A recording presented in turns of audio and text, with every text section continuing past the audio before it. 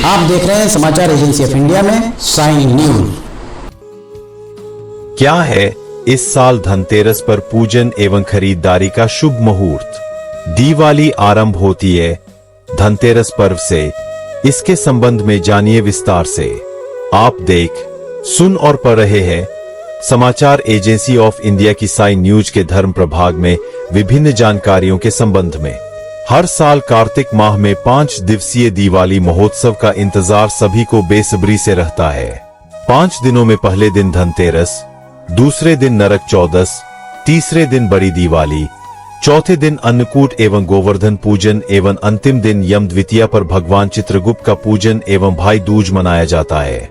अगर आप भगवान विष्णु जी एवं माता लक्ष्मी जी की आराधना करते हैं और अगर आप विष्णु जी के भक्त हैं तो कमेंट बॉक्स में जय विष्णु देवा, जय माता लक्ष्मी एवं हरिओम तत्सत लिखना न भूली। सबसे पहले जानते हैं धनतेरस के बारे में। कार्तिक मास के कृष्ण पक्ष की त्रयोदशी तिथि को धनतेरस का पर्व मनाया जाता है। इस बार यह शुभ तिथि मंगलवार 29 अक्टूबर को मनाई जाएगी। शास्त्रों के अनुसार इस तिथि को समुद्र मंथन के समय भगवान धन्वंतरी अमृत कलश लेकर प्रकट हुए थे। इस वजह से इस तिथि को धनतेरस या धनत्रयोदशी तिथि के नाम से ही जाना जाता है। भगवान धन्वंतरी के अलावा इस दिन माता लक्ष्मी, धन के देवता कुबेर और मृत्यु के देवता यमराज की भी पूजा की जाती है। इस दिन दीपावली का पर्व शुरू हो जाता है और इस दिन सोना चांदी या नए बर्तन खरीदना बहुत शुभ माना जाता है। हिंदी में धनतेरस एवं संस्कृत में इसे धनत्रयोदशी के नाम से भी जाना जाता है। वह पहला दिन है जो भारत के अधिकांश हिस्सों में दिवाली के त्योहार के आरंभ का प्रतीक माना जाता है। यह हिंदू कैलेंडर के अमांत परंपरा के अनुसार अश्विन या पूर्णिमांत परंपरा के अनुसार कार्तिक माह के अंधेरे पखवाड़े जिसे कृष्ण पक्ष कहा जाता है कि 13वें चंद्र अर्थात त्रयोदशी के दिन मनाया जाता है। इस दिन आयुर्वेद के देवता धन्वंतरी महाराज की पूजा की जाती है, जिन्होंने मानव जाति की भलाई के लिए आयुर्वेद का ज्ञान प्रदान किया और इसे बीमारी व्याधियों की पीड़ा से छुटकारा दिलाने में मदद। भारतीय आयुर्वेद, योग और प्राकृतिक चिकित्सा, यूनानी, सिद्ध और होम्योपैथी मंत्रालय ने धनतेरस को राष्ट्रीय आयुर्वेद दिवस के रूप में मनाने के अपने निर्णय की घोषणा की, जिसे पहली बार 28 अक्टूबर 2016 को मनाया गया। आइए जानते हैं धनतेरस क्यों मनाया जाता है और इसकी कहानी क्या है। इस दिन से चिकित्सा विज्ञान का किया था प्रचार।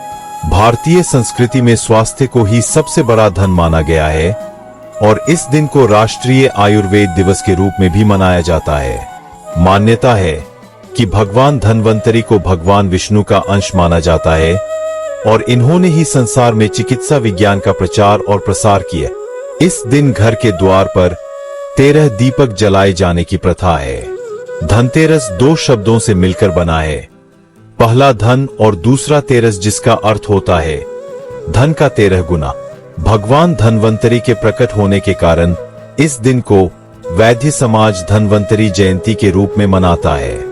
दक्षिण भारत विशेषकर तमिलनाडु में ब्राह्मण महिलाओं के द्वारा धनत्रयोदशी नरक चतुर्दशी की पूर्व संध्या पर मरुंडू, जिसका अर्थ है दवा, बनाती है। मरुंडू को प्रार्थना के दौरान चखाया जाता है और नरक चतुर्दशी के दिन सूर्योदय से पहले खाया जाता है। कई परिवार अपनी बेटियों और बहुओं को दवा की रेसिपी अर्थात दवा बनाने की विधि को सौंपते हैं। शरीर में त्रिदोषों के असंतुलन को खत्म करने के लिए मरुंडू का सेवन किया जाता है। वहीं मध्य भारत में धनतेरस के अवसर पर सोना, चांदी, आभूषण, बर्तन, झाड़ू आदि खरीदना शुभ माना जाता है। इस दिन लोग अपनी क्षमता के अनुसार सोना, चांदी, बर्तन आदि की खरीदारी करते हैं, क्योंकि इस दिन सोना और कोई बर्तन खरीदना बेहद शुभ माना जाता है। आमतौर पर गुजराती परिवार नए साल का जश्न मनाने के लिए दाल बात और मालपुआ का आनंद लेते हैं। जानिए किस लिए मनाया जाता है धनतेरस का पर्व। शास्त्रों में वर्णित कथाओं के अनुसार समुद्र मंथन के दौरान भगवान धन्वंतरी हाथों में अमृत कलश लेकर प्रकट हुए थे। जिस तिथि को भगवान धन्वंतरी समुद्र से निकले वह कार्तिक मास के कृष्ण पक्ष की त्रयोदशी तिथि थी। भगवान धन्वंतरी समुद्र से कलश लेकर प्रकट हुए थे इसलिए इस अवसर पर बर्तन खरीदने की परंपरा चली आ रही है।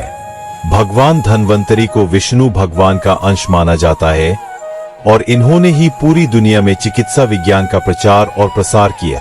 भगवान धन्वंतरी के बाद माता लक्ष्मी 2 दिन बाद समुद्र से निकली थी, इसलिए उस दिन दीपावली का पर्व मनाया जाता है। इनकी पूजा अर्चना करने से आरोग्य सुख की प्राप्ति होती है। जानिए धनतेरस कब है और पूजा का शुभ समय क्या है। इस बार त्रयोदशी तिथि की शुरुआत मंगलवार 29 अक्टूबर 2024 को सुबह 10:34 पर होगी, जिसका समापन बुधवार 30 अक्टूबर 2024 को दोपहर 1:17 पर होगा। वहीं धनतेरस पूजा के लिए शुभ मुहूर्त की शुरुआत मंगलवार 29 अक्टूबर शाम 6:31 से 8:13 तक रहेगा। इस तरह धनतेरस पर भगवान धन्वंतरी, गणेश और कुबेर जी की पूजा के लिए कुल 1 घंटा 41 मिनट का समय मिलेगा। अब जानिए धनतेरस 2024 पर खरीदारी का शुभ मुहूर्त के बारे में। धनतेरस के दिन पूजा पाठ के साथ ही खरीदारी का भी विशेष महत्व है। इस दिन लोग सोना, चांदी और बर्तन खरीदना शुभ मानते हैं। इस बार 29 तारीख को 10:34 के बाद से अगले दिन दोपहर 1 बजे तक खरीदारी कर सकते हैं। यह समय दिल्ली के अनुसार है। आप अपने स्थानीय समय के अनुसार इसे घटा बढ़ा सकते हैं। धनतेरस के अवसर पर 3 शुभ मुहूर्त बन रहे हैं। जानिए पहला खरीदारी का मुहूर्त। धनतेरस के दिन त्रिपुष्कर योग बन रहा है। इस योग में खरीदारी करना मंगलकारी माना जाता है।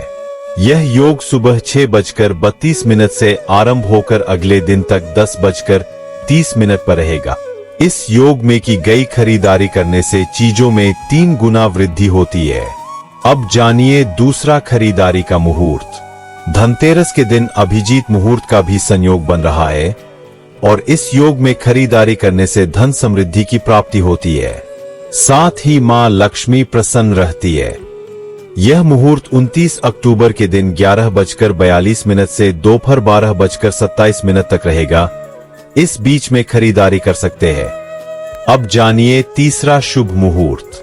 यह शुभ मुहूर्त संध्या 6:36 से अगले दिन प्रातः 8:32 तक रहेगा, जो प्रदोष काल का है। इनमें से यह मुहूर्त सबसे उत्तम और शुभ माना जाता है। सनातन धर्म में धनतेरस का विशेष महत्व है। इस दिन भगवान धन्वंतरी, मृत्यु के देवता यमराज और कुबेर जी की पूजा होती है। माना जाता है कि माता लक्ष्मी और कुबेर जी की पूजा अर्चना करने से जीवन में कभी भी आर्थिक तंगी नहीं आती और भगवान धन्वंतरी की आराधना करने से रोग से मुक्ति मिलती है। यह पर्व हर साल कार्तिक माह के कृष्ण पक्ष की त्रयोदशी तिथि को मनाए जाने का विधान है। साथ ही इसी दिन देवताओं के वैद्य भगवान धन्वंतरी की उत्पत्ति हुई थी। यही वजह है इस दिन धन्वंतरी जयंती भी मनाते हैं। हरि ओम। अगर आप भगवान विष्णु जी एवं माता लक्ष्मी जी की आराधना करते हैं और अगर आप विष्णु जी के भक्त हैं तो कमेंट बॉक्स में जय विष्णु देवा, जय माता लक्ष्मी एवं हरिओम तत्सत लिखना न भूलिए। यहाँ बताए गए उपाय, लाभ, सलाह और कथन आदि सिर्फ मान्यता और जानकारियों पर आधारित है।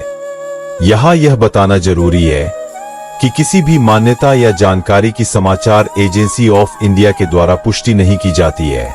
यहाँ दी गई जानकारी में निहित जानकारी विभिन्न माध्यमों, ज्योतिषियों, पंचांग, प्रवचनों, मान्यताओं, धर्म ग्रंथों, दंत कथाओं, किंवदंतियों आदि से संग्रहित की गई है। आपसे अनुरोध है कि इस वीडियो या आलेख को अंतिम सत्य अथवा दावा न माने एवं अपने विवेक का उपयोग करें।